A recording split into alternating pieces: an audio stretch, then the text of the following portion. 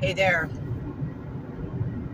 I think to capture some thoughts because of the type of lived experience that I go through and the level of friction it creates within me and externally, knowing that I chose it, is a tough bitch to sit with.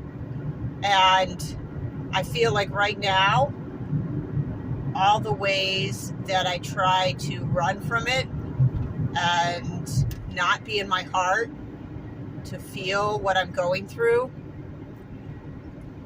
are kicking my ass.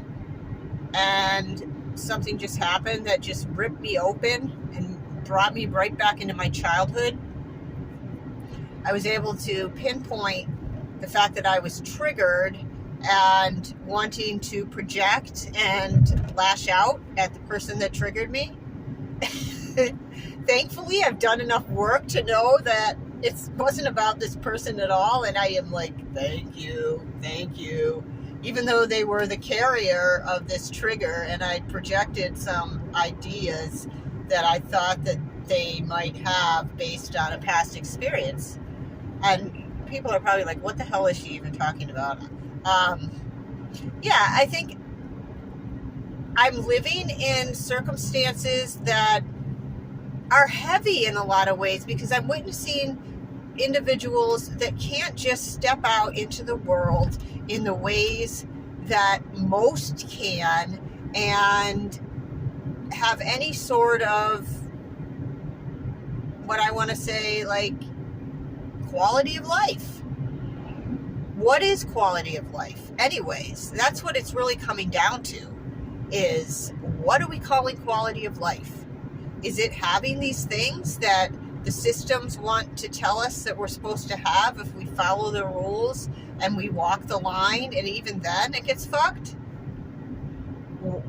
And is quality of life really just giving a shit about yourself enough to care about other people in an authentic way because you've dealt with or looked at what's inside you, which is an ongoing process? Yeah, really a lot of tangents I could go on here as I drive to the store. But I think what I wanted to say was our triggers are our teachers, and what I was feeling from childhood was this inauthentic compassion that I felt like sometimes, and I do that to my own kids. It's like you can't quite always be there to give them the compassion that they need in that moment when they're suffering. And there's no way that any mother, any father, any human could ever be there for a kid all the time. This is like something that everyone's going to go through, whether they want to admit it or not, where they don't feel loved, they don't feel heard. And, depending on the intensity of it and the timing and our soul contracts, that wounding can have like ripple effects. And what might affect me, something from my childhood, it could be totally like, if I explained it to somebody, it might be minor to them. So it's this feeling like, wait a minute, you're not feeling into what I'm sharing with you in any way that I feel validated or heard. And that's not your fault. That's because you're listening and you're caring, but I can't expect you to be me. I can't expect you to save me from it by coming into it with me in the same way, because you never could, because you're not me. And I think I've tried to hold people to that. And there's people that I get to know that can really come in and be in it with me, and I do feel validated and heard. But even that, there ends up being, there's a black fly in your Chardonnay. Anyways, yeah, there ends up being some little bit and you end up wanting to push away. And I'm seeing all this now, it ain't basic that the patterns that I have around pushing people away because they're mirroring to me something I don't want to see. So that's what's going on right now. And, as a special needs mom, and I hate to even use that card, as someone who's been through some really kind of, I want to say, unique ways of witnessing and experiencing suffering, not more unique than another, but just a particular flavoroni.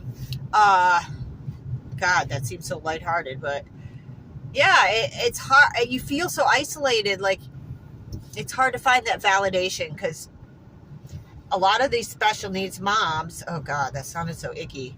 A lot of us want to push it away. We are tough. We don't want to feel it, because if we feel it, we break. And we don't want to break because we can't break, because we got to keep going, because the systems tell us that. And they require it of us.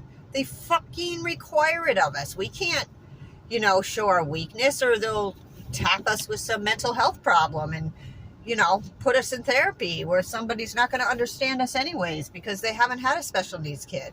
It's a special kind of soul.